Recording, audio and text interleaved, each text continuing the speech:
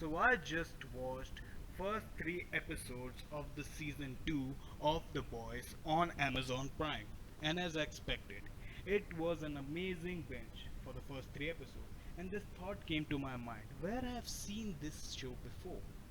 Yes, Netflix Daredevil. Netflix Daredevil was one of the best shows Netflix have ever produced. And one of the reasons for it to be so intriguing and famous was its realism. I know there are other factors involved as well, like its action, cinematography, performances by actors, and its storyline. Everything seems to be perfect of this show.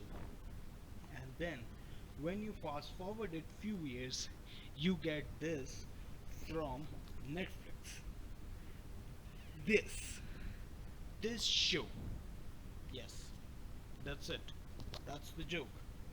How does Netflix go from one of the best show that Netflix has ever produced to this hot pile of garbage that is the Titans? And I have a theory. After fantastic shows like Daredevil, to cash on to make more spin-offs, they make season 1 of Jessica Jones, introduced Punisher in the second season of Daredevil, introduced Luke Cage in Jessica Jones season 1, and made decent spin-offs of both of those characters. And then the quality of the shows crashed with the first season of Iron Fist, and then their crossover series Defenders turned out to be mediocre at best, and their attempt to cash over obscure Marvel character shows made the quality of the show crash.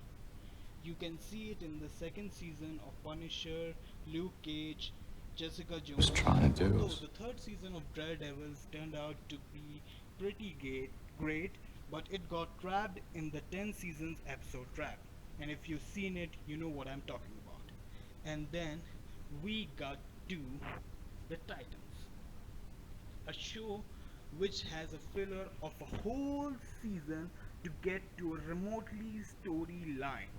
A needlessly gritty show with no story or substance whatsoever. It was a hot pile of garbage and I have wasted my life.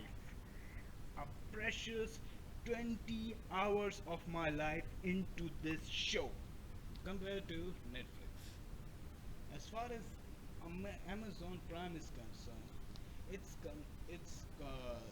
content seems to be driven by the quality of the shows and movies. You can see it in its releases like The Boys and Hunters, and one of the underrated shows like The Tick and The Good Omens. And I hope they don't fall into the trap of money and cash grabbing like Netflix. Currently, Netflix is way ahead of its competition as far as the OTT platforms are concerned. But in the recent few years, I can see Amazon Prime catching up. And as always,